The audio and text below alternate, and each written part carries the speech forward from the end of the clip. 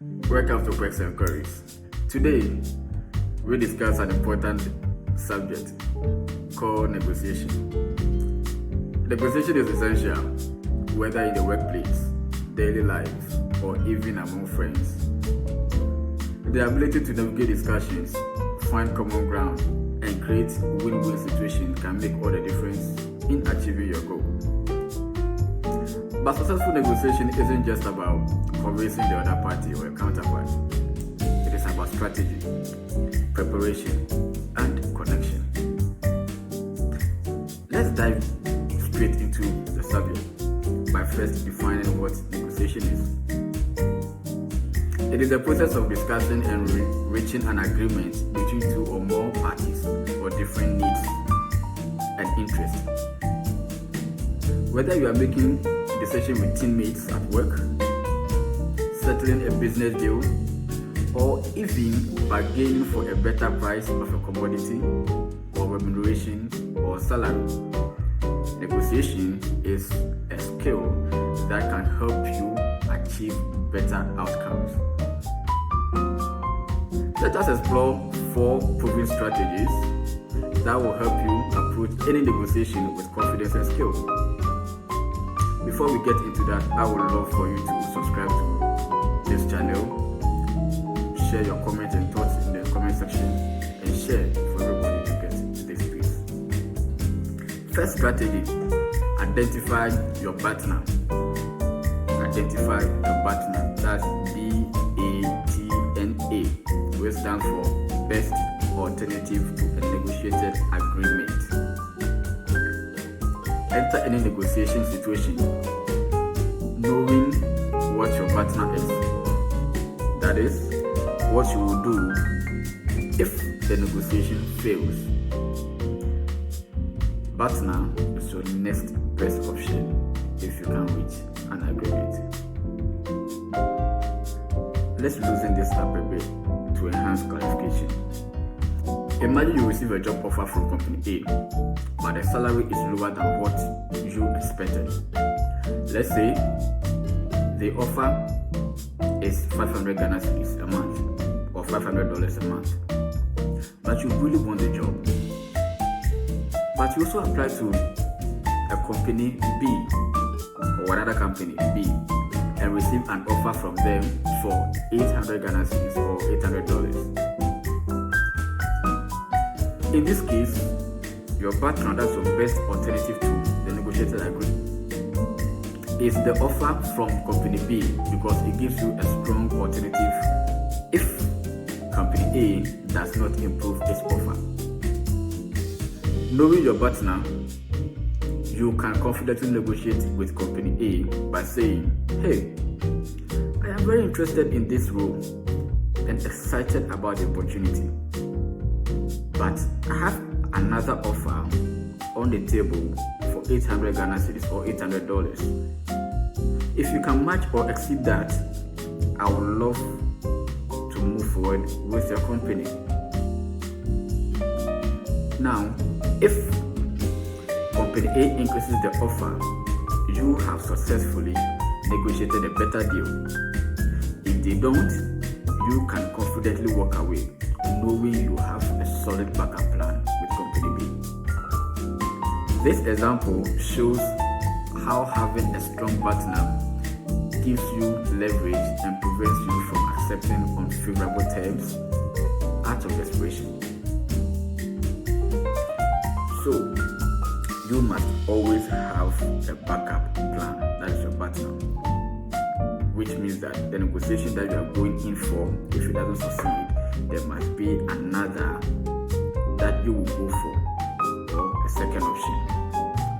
Let's move on to the second strategy, which is build rapport. Build rapport.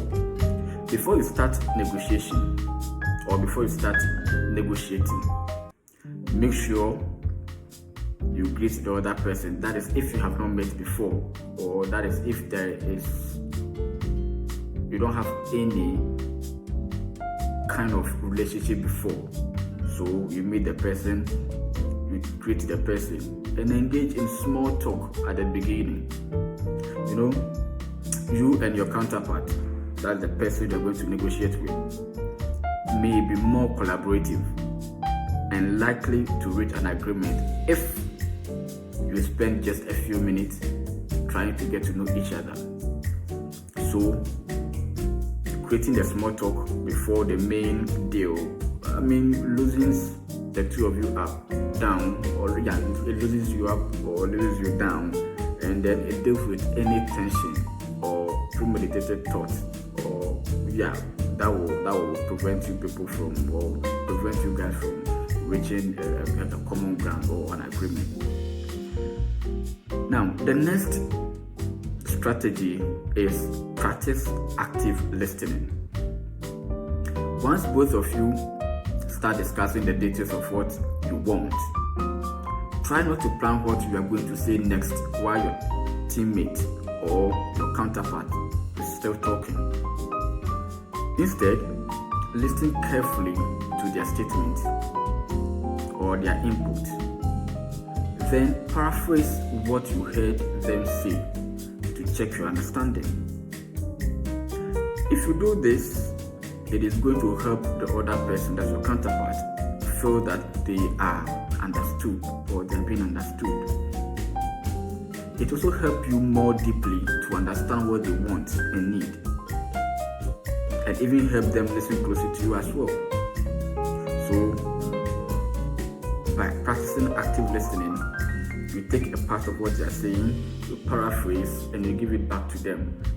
Gives them the impression that you are listening, and it also helps you to understand exactly what they are also talking about or what their attempts are. And the fourth one is search for smart trade-offs. In this strategy, you find out what your counterpart cares a lot about, but you don't value quite as much. Then make a generous gesture by saying, can I give you this because I know it means a lot to you? In return for your concession, you ask for a concession from them as well. A concession simply means giving up or compromising on certain demands, terms, or conditions to reach an agreement. So after you have considered to their terms, you also ask for a concession from them on an issue that you also really care about, like making a playful trade, or let's say a barter trade. You give them A and then you ask for B from them. So in this case, you give a little on the important stuff, and they also give you a little on your important stuff. This approach actually creates a win-win situation for both of you and feel heard and satisfied. It's all about finding a common ground and making compromises that makes everyone happy. So let's consider these two examples to enhance clarification of this particular strategy. So example one, we are going to use manufacturing setting.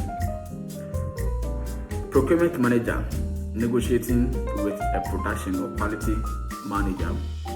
assurance manager over raw material selection for production. The procurement manager wants to buy a cheaper raw material to reduce cost. The production manager and the quality assurance manager insist that they buy higher quality material to maintain product consistency and minimize effect. So here, both of them are coming with a point of compromise. That is, procurement officer is looking for cutting down costs. Quality assurance manager and production manager is also looking forward to maintaining product consistency and minimize effect. Would they reach a deadlock or would they make a compromise? So let's look at how they can negotiate, where both of them can get a little of A and B, or where both of them come to a compromise and agree on the part. So procurement manager comes to the team and says that, hey, I see why you prefer a higher quality material. What if we purchase a cheaper material for non-critical components and continue using premium or better material for key products or key part or sensitive parts of the product we are producing? This way, we get to lower cost while maintaining quality where it matters most. This trade-off, as you can see, allows cost saving without compromising product quality, benefiting both parties. You see? So in this case, cost is managed and the product is also produced to maintain consistency. Procurement manager wins and quality assurance manager and production manager also win. So this is what trade-off. So you are trading off. You give me this, I give you also this. At the end of the day, we all benefit. Right. So let's also look at the second example in this situation. The maintenance manager is negotiating with plant manager about machine servicing schedules. If you work in the industry or manufacturing setting, you will understand this particular example very well. But that doesn't mean the rest of you who are not with manufacturing wouldn't understand. It's the same principle from the first. So the maintenance manager wants to schedule weekly preventive maintenance to avoid unexpected breakdowns. The plant manager is concerned that frequent maintenance will disrupt production and reduce output, since production also work very well with a schedule.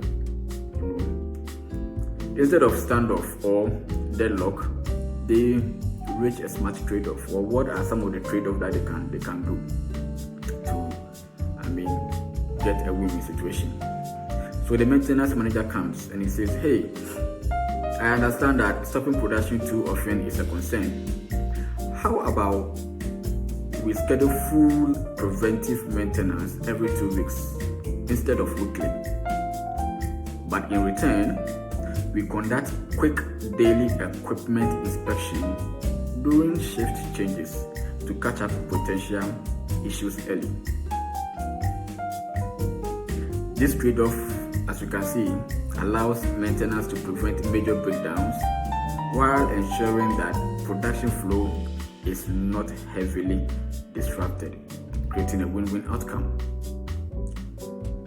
So, these are the 4 main strategies that you can use to come out successfully in any negotiation. So, by way of concluding, I say that negotiation is about finding solutions that benefit everyone involved by identifying your BATNA, that is your support or your backup plan, building rapport, that is small talks to deal with any tension, practicing active listening by making sure that the other person feels heard, and making smart trade-off. You can turn what might seem like a challenge into productive conversation.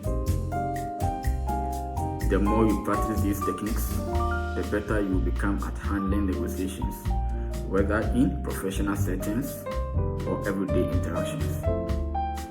So, the next time you are in a discussion that requires give and take, remember to put any of these techniques into action.